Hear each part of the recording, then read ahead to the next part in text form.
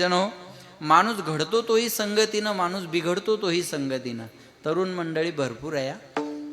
माणूस घडतो तोही संगतीनं, माणूस बिघडतो तोही संगतीनं. माणसाचं उत्थान होतं तेही संगतीने होतं, माणूस लयाला जातो तोही संगतीने जातो. माणसाचं कल्याण होतं तेही संगतीने होतं, माणसाचं पतन होतं तेही संगतीने होतं. पतन उद्धार संघाचा महिमा, तेजावे आदमा संत जेने किंवा संत सेवे. पतन आणि उद्धार हा जीवनात संघाचा महिमा आहे. संगतीचा हा फार मोठा गुण आहे किंवा दुर्गुण आहे. ज्याच्या संगतीमध्ये माणूस राहतो त्याच्या अनुपस्थित सुद्धा माणूस त्याच्या मनाप्रमाणे वागायला लागतो. हा संगतीचा मानवी जीवनावर होणारा परिणाम आहे. राजकारणी लोकांची संगत करा, राजकारण शिकायला वेळ लागणार नाही. पहिलवानाची संगत करा, पहिलवानकी यायला वेळ लागणार नाही. पत्ते खेळणाराची संगत करा, रमी जुटी कळायला वेळ लागणार नाही. कीर्तनकाराचा संग करा, कीर्तन शिकायला वेळ लागणार नाही. ज्याचा संघ जीवनामध्ये घडतो त्याचा रंग हा माणसाच्या जीवनात चढत जात असतो. म्हणून आमच्या गावाकडं अशी एक म्हण आहे बघा, मावल्या हो, तुमच्या इकडं असेल तर बोला. ढवळ्या शेजारी पवळा बांधला, वान नाही पण गुण लागला, आहे का नाही? तुमच्या इकडं पण आहे का? अरे वा, मला वाटलं भागाभागात बदल असेल. आमच्या इकडं मेल्यावर माणसं जाळतात, तुमच्या इकडं जीव गेल्यावर का? मग सारखंच आहे. एखादा काळा माणूस गोऱ्या माणसाजवळ बसला तर त्याच्या कलर बदलण्याची गॅरंटी मी देणार नाही, पण त्याच्या अंगातले गुण याच्या अंगात यायला मात्र वेळ लागणार नाही. हा संगतीचा मानवी जीवनावर होणारा परिणाम आहे. लक्ष देऊन ऐका बरं का. आपण शेतकरी मंडळी आहात. एका विहिरीचं पाणी एका शेतातल्या एका वाफ्याला, लक्ष द्या, एका विहिरीचं पाणी एका शेतातल्या एका वाफ्यातल्या मिरच्याला सोडा, ते मिरच्याला तिखट बनवतं. त्याच विहिरीचं पाणी तुम्ही कारल्याला सोडा, ते कारल्याला कडू बनवतं. आणि त्याच विहिरीचं पाणी तुम्ही केळीला सोडा, ते केळीला गोड बनवतं. पाणी एकाच विहिरीचं आहे. त्याच विहिरीचं पाणी त्या शेतातल्या त्याच वाफ्यातल्या मिरच्याला सोडलं तर कडू, मिरच्याला सोडलं तर तिखट, कारल्याला सोडलं तर कडू, आणि केळीला सोडलं तर गोड. महाराज म्हणतात, पाणी ज्याच्या संग जातं ना त्याचा रंग त्याला चढत जात असतो. पाणी तेरा रंग कैसा जिसमें मिलाए वैसा. मग दुधात टाका नाही तर दारूत टाका. विठाला विठाला. बरोबर आहे ना? पाणी तेरा रंग कैसा जिसमें मिलाए वैसा. लक्षात ठेवा, जो जैसी संगती करे वैसे ही फल लीन. कदली शिप भुजंग मुख एक बूंद तीन गुण. एक पाण्याचा थेंब गरम ताव्यावर पडला तर त्याचं अस्तित्व संपून जातं. तोच एक पाण्याचा थेंब कमळाच्या पानावर पडला तर मोत्यासारखा चमकतो. आणि तोच एक पाण्याचा थेंब वसंत ऋतूमध्ये जर शिंपल्यात पडला तर त्याचा मोती तयार होतो. पाण्याच्या थेंबामध्ये बदल नाही, संगत बदलली, परिणाम वेगळे वेगळे झाले. तसं प्रत्येकाच्या शरीरात आत्मतत्व एक आहे, पण संगतीनं घडतात आणि संगतीनं बिघडतात. म्हणून जीवनामध्ये संगत फार महत्त्वाची आहे. कनिष्ठाचा संघ जीवनात घडला तर कनिष्ठ अवस्था प्राप्त होते, मध्यमाचा संघ घडला तर मध्यम अवस्था प्राप्त होते, आणि वरिष्ठाचा संघ जीवनात घडला तर वरिष्ठ अवस्था प्राप्त होते. फार लक्ष देऊन ऐका बरं का. कनिष्ठाचा संघ, मध्यमाचा संघ आणि वरिष्ठाचा संघ. मोठ्याची संगत माणसाला जीवनामध्ये घडावी. मोठ्याच्या संगतीत आलं ना बरं का, मोठ्याच्या संगतीत आलं की गाड्याला नंबर नसले तरी चालतात.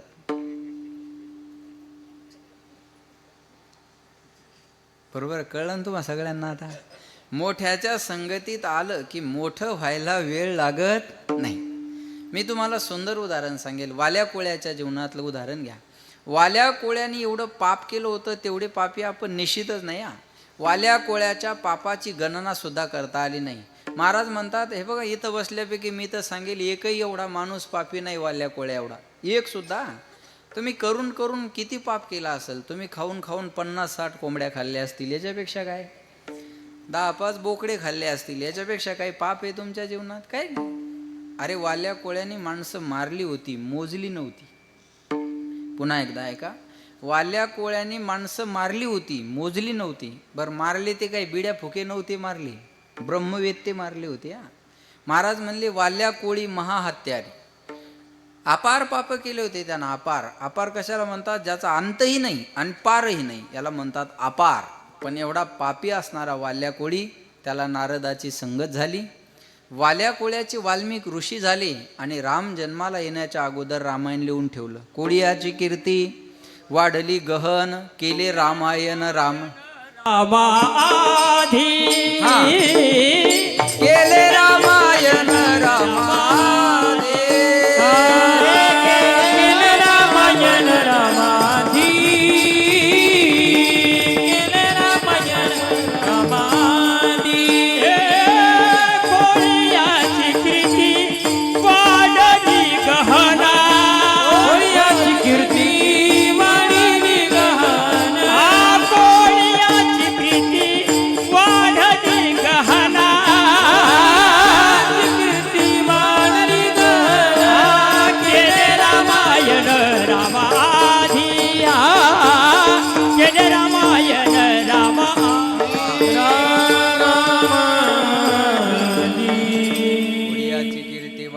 गहन, केली रामायण रामादी. महाराज म्हणले लक्ष द्या, धीरेंद्र शास्त्री महाराज सगळ्यांना माहिती आहेत ना, बागेश्वर धाम महाराज तरुणांना सगळ्यांना महिलांना माहिती आहे बघा.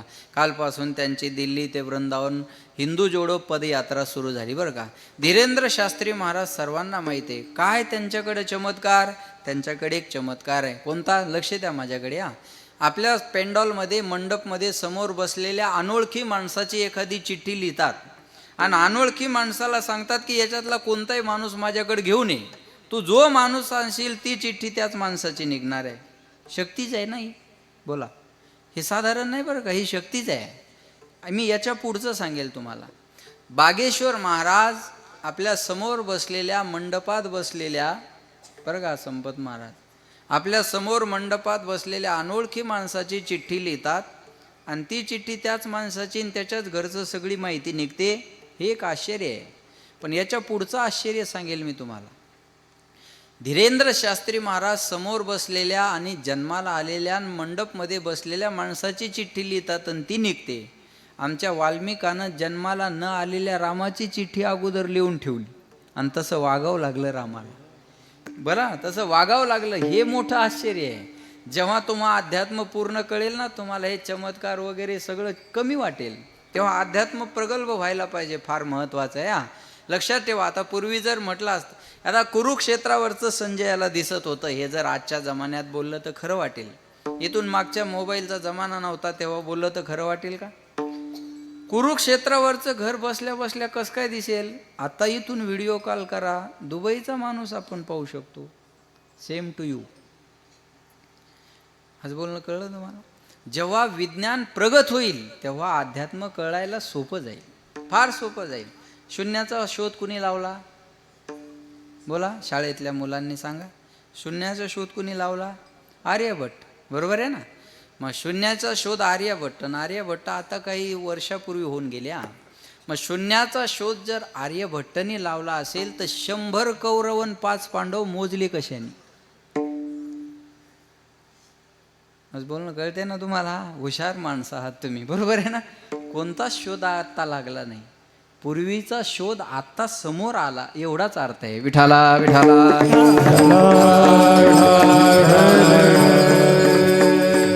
वाल्या कोळ्याचे वाल्मिक ऋषी झाले हे मोठ्याच्या संगतीत आल्याचे परिणाम. लक्ष देऊ नाही का बरं का? बदलणं महत्वाचं आहे. वाल्या कोळ्याचे वाल्मिक ऋषी झाले हे मोठ्याच्या संगतीचे परिणाम. आता कनिष्ठाचा संघ बघा, अनमोल किमतीचा हिरा आहे. कुणाच्या घरी हिरा असेल आणि तो जर कन्फ्यूज असेल की बुवा हिरा खरा आहे का खोटा आहे, तर खरा हिरा खोटा हिरा ओळखायचा कसा? महाराजांना त्याची एक प्रक्रिया सांगितलेली आहे. हिरा आयरनीवर ठेवायचा. आयरन माहिती आहे सर्वांना? मावल्या हो, आयरन माहिती आहे ना? बाळा हो, तुम्हाला आयरन माहिती आहे का रे? कुंभाराच्या घरी असते ती. हां हो. आयरन कुणाच्या घरी असते? खोट खोट बोलायचं नाही, आयरन लोहाराच्या घरी असते. लक्षात ठेवा, आयरन लोहाराच्या घरी असते. आतापर्यंतच्या लोकांना आयरन पाहायला मिळते आणि कळते. इथून पुढच्या पिढीला आयरन पाहायलाही मिळणार नाही, कळणार सुद्धा नाही. का? कॅम्प्युटरचं युग आहे. संसारती ती संसार, हा जो बदलत राहतो त्याचं नाव संसार आहे. पूर्वी ज्या गोष्टी होत्या त्या आता दिसत नाही, आता ज्या गोष्टी आहेत येणाऱ्या 5 वर्षात राहणार नाही. आजी, तुमच्या जमान्यात पाणी भरायचं म्हणल्यावर कुठं जावं लागायचं? आडाला, हिरीला, आहे का ना? हिरीला जायचं, पोहऱ्यांनी पाणी शेंदायचं, शेंदायचंच म्हणायचं. पोहऱ्यांनी पाणी शेंदायचं, हंड्यात टाकायचं, डोक्या हंडा घ्यायचा, रांजणीत टाकायचं. किती कष्ट होते. आता ते कष्ट राहिले नाही. आता गावाला टाकी, पाईपलाईनचा सप्लाय, दारात नळ, नळाला हंडा लावायचा, घरात पाणी न्यायचं, कष्ट राहिले नाही. आता नळाला हंडा लावायचं काम राहिलं नाही. नळाला नळी लावायची, नळी हांड्यात नेऊन टाकायची. काही दिवसांनी नवऱ्यानं पाणी मागितलं तर बाया नळीच त्याच्या तोंडात घालते. जमाना बदलत चालला आता. मला 2-3 दिवसापूर्वी एका पोरानं व्हॉट्सअपला मेसेज केला, म्हणजे महाराज इथून पुढच्या मुलांना आईच्या पदराची सावली मिळणार नाही. मी म्हणलं काय भूकंप वगैरे होणार आहे का रे? म्हणे नाही. म्हणलं मग इथून पुढच्या मुलांना आईच्या पदराची सावली का मिळणार नाही? म्हणे इथून पुढच्या आया जीन्स पॅन्ट आणि टी शर्ट घालणार, पदरच राहणार नाही, सावली मिळायचा प्रश्नच राहणार नाही. विठाला विठाला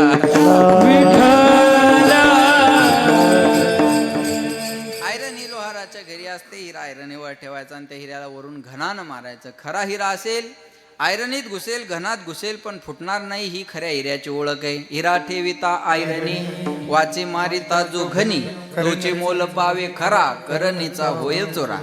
खरा हिरा आहे महाराज संपत महाराज, पण आयरनीत घुसला नाही तर घनात घुसला, मग उपयोग काय त्याचा? हिरा खरा आहे पण घनात घुसला, आयरनीत घुसला. भजण्याचा आवाज चांगला आहे पण कवाच भजनाला येत नाही. माझं बोलू नका. तुम्ही पाहा ते एकादशीचं भजन असल्यावर लय मरमर गावात. ज्याचा आवाज चांगला आहे त्याच्या घरी 17 खेप जाणं लागते. चला ना आमच्या घरी भजन आहे. ते म्हणते सगळ्या बोलवा, सगळे आल्या मायाकडे या. म्हणजे उठत नाही जागेहून, ते लय ताईट 3च अभंग येतात त्याला. बरोबर आहे ना. पुन्हा त्याचा दुसऱ्याला उचललं की टाळ ठेवते, हे म्हण तूच आता, आणि आम्ही काय म्हणाव. हा बरोबर आहे का? लय अवघड काम ते. बरोबर, लक्ष द्या माझ्याकडे, फार महत्वाचं आहे. लक्ष. विठाला विठाला. आवाज गोड आहे, आवाज गोड आहे पण भजनात येत नाही, मग फायदा आहे त्याचा? नाही. तसं हिरा खरा आहे पण घनात घुसला नाही तर आयरनीत घुसला, उपयोग काय त्याचा? महाराज म्हणतात ते काढायचं सुद्धा प्रमाण आहे. हिऱ्याला हिरकणी दाखवायची. हिरा हिरकणी काढी आयरनतून. हिरा सुद्धा हिरकणी दाखवल्याबरोबर आयरनीतून बाहेर येतो. मग महाराज म्हणले हिरा खरा आहे पण खरा घना. ये बाई, ओ दाजी, पाहुण्याला म्हणलं ओ ये बाई, जरा नेमकंच जमायलंय, जरा दम खा ना. विठाला विठाला.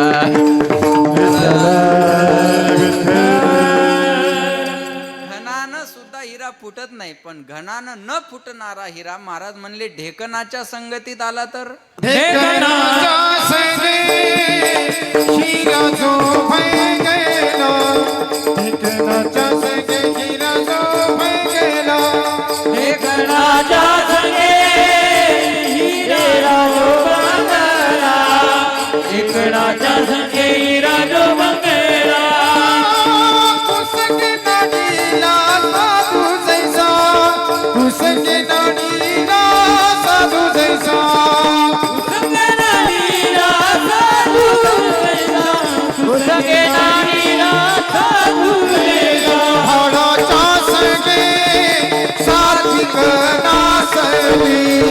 ओढाळाच्या संगे सात्विक नासली, ओढाळाच्या संगे सात्विक नासली, ओढाळाच्या संगे सात्विक नासली, ओढाळाच्या संगे सात्विक नासली, ओढाळाच्या संगे सात्विक नासली, ओढाळाच्या संगे सात्विक नासली, ओढाळाच्या संगे सात्विक नासली.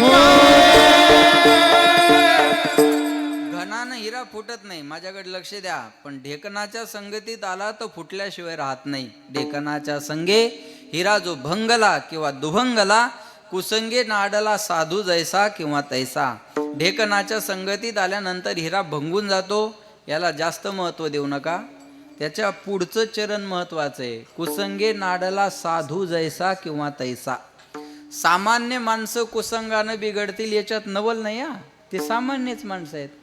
काय एखादा आपल्याला जर बोलला ना, आपण त्याला फिरून बोललो, तो काय म्हणतो माहिती आहे का? अहो आम्ही साधारण खेड्यातले माणसं आहे, तुमच्यासारखं का शिकलेलो आहे आम्ही? अहो तुम्ही महाराज आहे ना, आम्ही चुकू बाबा. काय म्हणतात माणसं, हे रिअल आहे बरं का. अहो आम्ही चुकू, आम्ही खेड्यातली माणसं आहे, साधारण माणसं आहे, आम्हाला का कळत? अहो पण तुम्ही तर महाराज आहे ना. महाराज म्हणले सामान्य जीव बिघडल नवल नाही. कुसंगे नाडला साधू जैसा.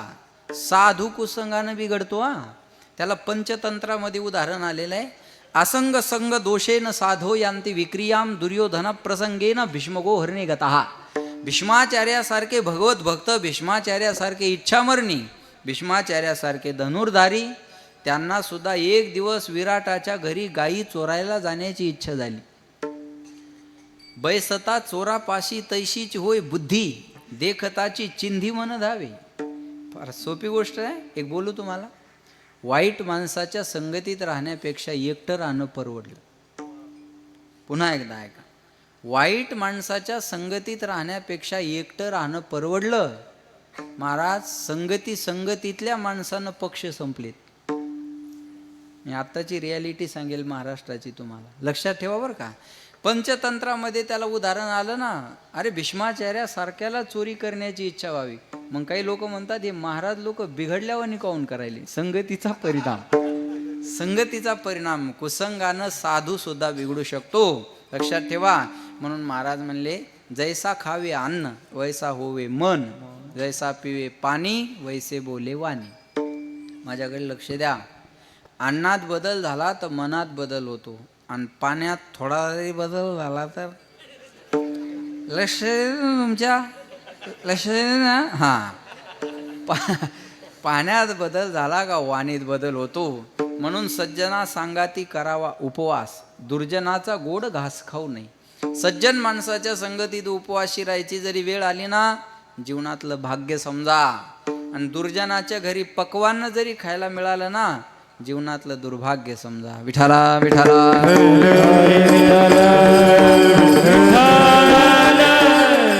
कनिष्ठाचा संग कनिष्ठ अवस्था, मध्यमाची संगत मध्यम अवस्था. कळलं महाराज आम्हाला संगत महत्वाची आहे. ऐका बरं का. संग मत करो राजा का. तरुण मंडळ, संग मत करो राजा का, पता नहीं कब रुला दे. संग करो संतन का, पता नहीं कब हरी से मिला दे. एखाद्या राजाच्या संगतीत गेले ना, एक नाही एक दिवस रडण्याची वेळ येईल. आणि एखाद्या साधूच्या संगतीत गेले ना, महाराज म्हणले कल्याण झाल्याशिवाय राहणार नाही. अर्ध क्षण घडता संताची संगती, तेने होय शांती महत पापा. बघा मी सांगेल तुम्हाला, इथं बसल्यापैकी कुणाला कुत्र व्हायला आवडेल का. बोला हो, नाही काहीतरी बोला. आवडेल का. नाही आवडणार. इथं बसल्यापैकी कुणाला गाढव व्हायला आवडेल का. हो बोला. हो नाही काहीतरी आवडेल. नाही आवडणार. इथं बसल्यापैकी कुणाला रेडा व्हायला आवडेल का. नाही आवडणार. इथं बसल्यापैकी तुम्हाला कुणाला रेडा व्हायला आवडणार नाही, कुत्र व्हायला आवडणार नाही, गाढव व्हायला आवडणार नाही. पण मला आवडेल. मला कुत्रही व्हायला आवडेल, रेडाही व्हायला आवडेल, आणि गाढवही व्हायला आवडेल. मला कुत्र व्हायला आवडेल, पण कोणतं. व्हावे त्याचे द्वारी वा वा वा वा. व्हावे त्याचे द्वारी व्हावे त्याचे द्वारी व्हावे त्याचे द्वारी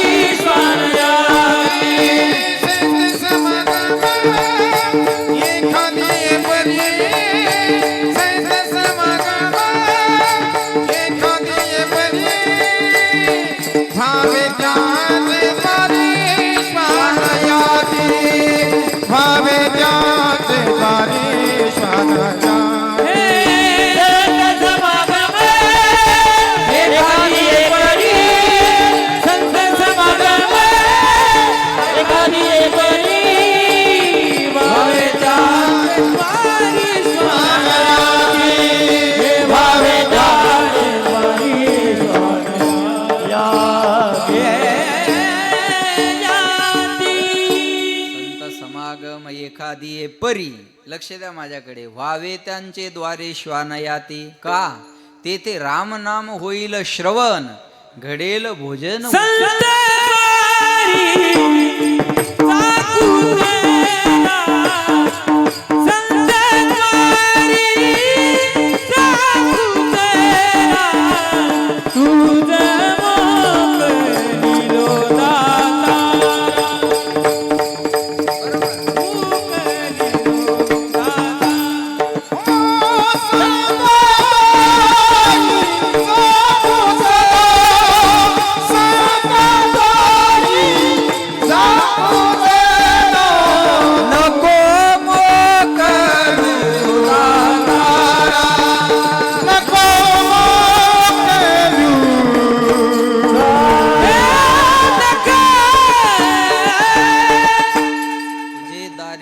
कुत्रा नको मोकलू दातारा. कुत्र कर पण देवा तुझ्या दारातलं कर, संताच्या दारातलं कर. धर्मराजाबरोबर स्वर्गात कुत्र सुद्धा गेलं बरं का. कुत्र सुद्धा स्वर्गात गेलं. चला, शिवाजी महाराजाच्या समाधी शेजारी कोणाची समाधी आहे. बोला. कुत्र्याची. वाघ्या नावाच्या कुत्र्याची समाधी आहे. का. राजांच्या चितेमध्ये त्यानं उडी मारली होती. समर्पण केलं होतं. समर्पण केलं होतं ना. शिवाजी महाराजाच्या समाधी शेजारी वाघ्या नावाच्या कुत्र्याची समाधी आहे. ते कुत्र व्हायला काय अडचण आहे. बोला.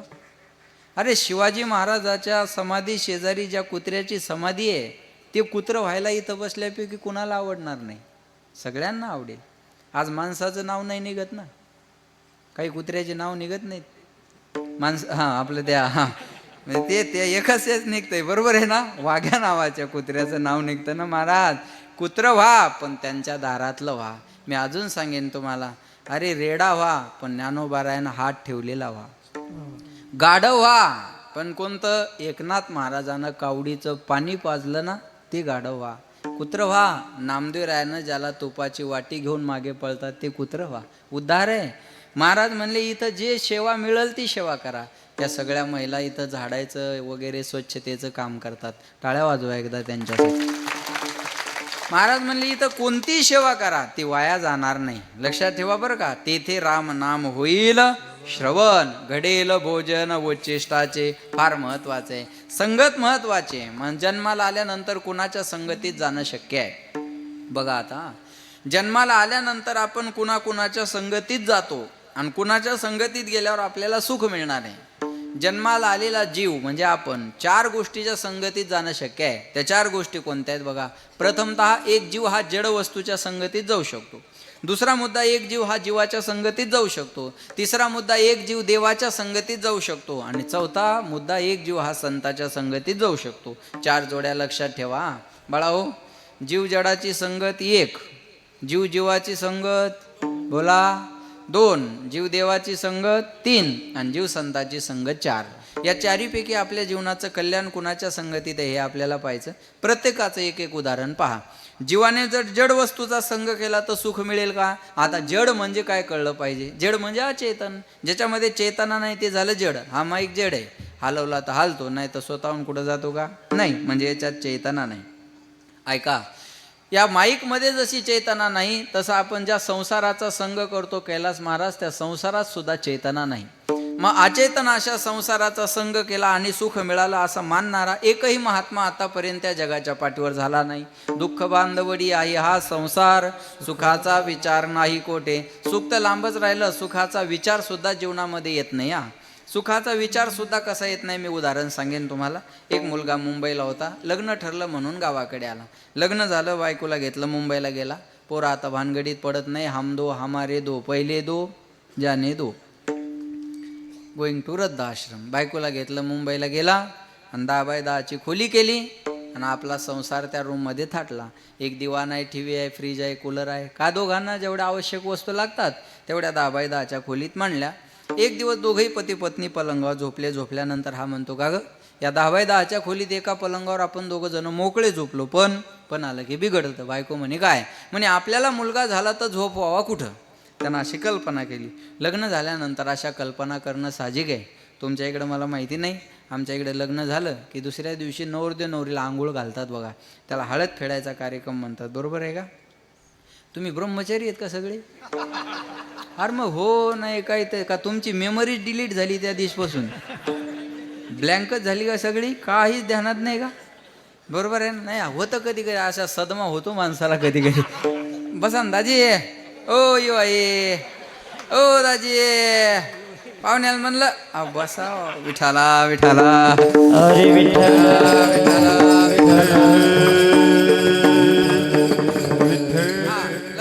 त्यांना एक त्यांचे ते हळद फेडायचा कार्यक्रम असतो बघा. ते आंघोळ झाली, मावल्या हो तुम्हाला कळेल हा. त्यांची आंघोळ झाली की त्यांना एका बाहेर बाजेव नाही तर पलंगाव माय तुम्ही बोला बसवतात. आणि एखादी बाई घरामध्ये जाते आणि पाट्यावरचा काय आणते? ओरोटा आणते. जमला आता. ते ओरोटा म्हणजे कोण असतं? बोपा. बोप्याच ना. हां, ते ओरोटा म्हणजे बोपा असतो बघा. बोपा असं म्हणतात त्याला. आणि त्याला असं टोपरं घालतात वरून, है ना. त्याला ते काजळ लावायचं, टोपरं घालायचं, त्याला बाळू त्यात गुंडाळायचं. आणि ते बोपा म्हणजे बाळ असतं, बरोबर माय. आणि ते लग्नाच्या दुसऱ्या दिवशीच ते बाळ म्हणून त्याला खेळवायचं असतं नवरदेव नवरीनं. बायकोनं म्हणायचं धरा धरा मला पाण्याला जायचं, बरोबर आहे ना. नवऱ्यानं म्हणायचं धर धर मला वाळू चोराय जायचं. आपलं ते कापूस चोरायचं, आपलं शेतात जायचं. दोन्ही चुकलं बा. आता काय कर. धर धर लक्ष द्या, धर धर मला शेतात जायचं. असतं ना, असं असतं का नाही? असतं ना माया हो, असतं ना. हां, तुम्ही म्हणसाल ते लय असतं, हागलं मुतलं भरपूर असतं त्याच्यात. तुम्ही म्हणसाल एवढं तुम्हाला कसं काय माहीत? माझं झालंय म्हणून मला माहिती आहे. हे असं घडल्यावर मी ते आईला विचारलं, म्हणलं हे कशासाठी असतं? आईनं सांगितलं, पुढं चालून तुमच्या जीवनात एखादा मुलगा मुलगी व्हावं त्याच्यासाठी केलेली पूर्वकल्पना, स्वप्न सजवलेलं असतं. तुमच्या जीवनात असा एखादा मुलगा मुलगी यावं त्याच्यासाठी केलेली पूर्वकल्पना, अशा कल्पना करणं साहजिक आहे. बायको हुशार होती. तो म्हणे आपल्याला मुलगा झाला तो झोपवावं कुठं? बायको हुशार होती. ते म्हणे याच पलंगावर आपण त्याला जागा करू, तुम्ही थोडं पलीकडं सरका, मी थोडं अलीकडं सरकन. ते करून पाहायला लागले, जसं काय खरंच पोरगं झालं. तो बाजूला झाला, ही बाजूला झाली, एवढी जागा झाली. पहा म्हणे एवढ्या जागात तर एक पोरगं मोकळं झोपल, काय चिंता करायचं काम आहे? तो तेवढ्यावर थांबला नाही. म्हणे जुळं झालं तर? जुळं कळतं ना तुम्हाला, आवळं जावळं. हां, जुळं झालं तर? बायको म्हणे आणखी थोडं पलीकडं सरका, मी आणखी अलीकडं सरकते. एवढी जागा होती, आता एवढी जाय. बघा म्हणे आता एवढ्या जागेत 2 पोरं झोपतील, काय चिंता करायची गरज आहे? तो तेवढ्यावर थांबला नाही. म्हणे दोघाच्या पाठीवर मुलगी झाली तर? होणे जाणे काही नाही, हां, जर आणि तर. मुलगी झाली तर? बायको म्हणे आणखी थोडं पलीकडं सरका, मी आणखी अलीकडं सरकते. आणखी थोडं पलीकडं सरकाय गेला, पलंग संपून गेला. धाडकन पलंगाच्या खाली पडला. त्याच्या कमरेचं हाड मोडलं. त्याला दवाखान्यात आपण कीर्तन झाल्यावर नेऊ. त्याला तिथंच पडू द्या, आपल्याकडे वेळ कमी आहे. मला फक्त एवढं सांगा, पलंगावून खाली पडून कमरेचं हाड मोडण्याचं जे दुःख त्याला केलं ते झालेल्या पोरानं केलं का न झालेल्या? बोला ना. न झालेले जर कमरेचे हाड मोडतात, धन्यवाद, समजने वाले को इशारा काफी है. विठाला विठाला. जागेपणी तर सुख नाही, स्वप्नातल्या मुलानं कंबरड मोडायचं दुःख पदरात पाडलं म्हणून संसाराचा संग आपल्या फायद्याचा नाही. आपण आता दुसरा मुद्दा घ्या. जीवाने जीवाचा संग केला तर सुख मिळेल का? आता एक जीव दुसऱ्या जीवाच्या संगतीत चाललाय, लक्ष देऊ नाही का? जो संगतीत चाललाय तो दुःख घेऊन चाललाय. ज्याच्या संगतीत जायचंय त्याच्याकरता अगोदरपासूनच दुःख आहे. एकादशीच्या घरी महाशिवरात्र जेवाय गेली, कोणाला पोटभर खायला मिळल? नाही कळलं? उघड्यापाशी रातभर, बस आजच्या सारखंच आहे का नाही? बरोबर. आज थंडी आहे ना चांगली, रातभर ही वान मेलं, काही फायदा आहे? 2 दुःखी जीव एकत्र आले तर सुखाची चर्चा करणार नाही. जो देखे सो दुखिया बाबा, सुखिया कोई नाही. राजा दुखिया, राजेश नाही राजा, बरोबर. राजा दुखिया, प्रजा दुखिया. दुखिया धन बैरागी, कोई तन दुखी, कोई मन दुखी, कोई धनबिन रहत उदास. थोडे थोडे सब दुखी, सुखी राम के दास. प्रत्येकाच्या जीवनात दुःख आहे, फक्त प्रत्येकाचं दुःख वेगळं वेगळं आहे. दुःख नाही असा माणूस नाही. हा, प्रत्येकाच्या जीवनात दुःख आहे. दुःख नाही असा माणूस सापडणार नाही. बघा मी सांगेन तुम्हाला, 2 दुःखी जीव एकत्र आले तर सुखाची चर्चा कधीच करणार नाही. भाव भगवंतानं या संसाराला बोर्ड लावलेला आहे, दुःखाला यम शाश्वत. याच्यामध्ये शाश्वत दुःख भरलेलं आहे. दुःखालय म्हणजे दुःखाचं भांडार, औषधालय म्हणजे औषधीचं भांडार, देवालय म्हणजे देवाचं भांडार, विद्यालय म्हणजे विद्येचं भांडार, पुस्तकालय म्हणजे पुस्तकाचं भांडार, औषध ते काय कृषी केंद्र औषधालय नाव असतं ना त्याच्यावर, बरोबर आहे ना? लक्षात ठेवा, त्याचं भांडार आहे. तसं हे दुःखालय आहे. महाराज म्हणले इथं दुःख वेगळं वेगळं असू शकतं पण दुःख आहे.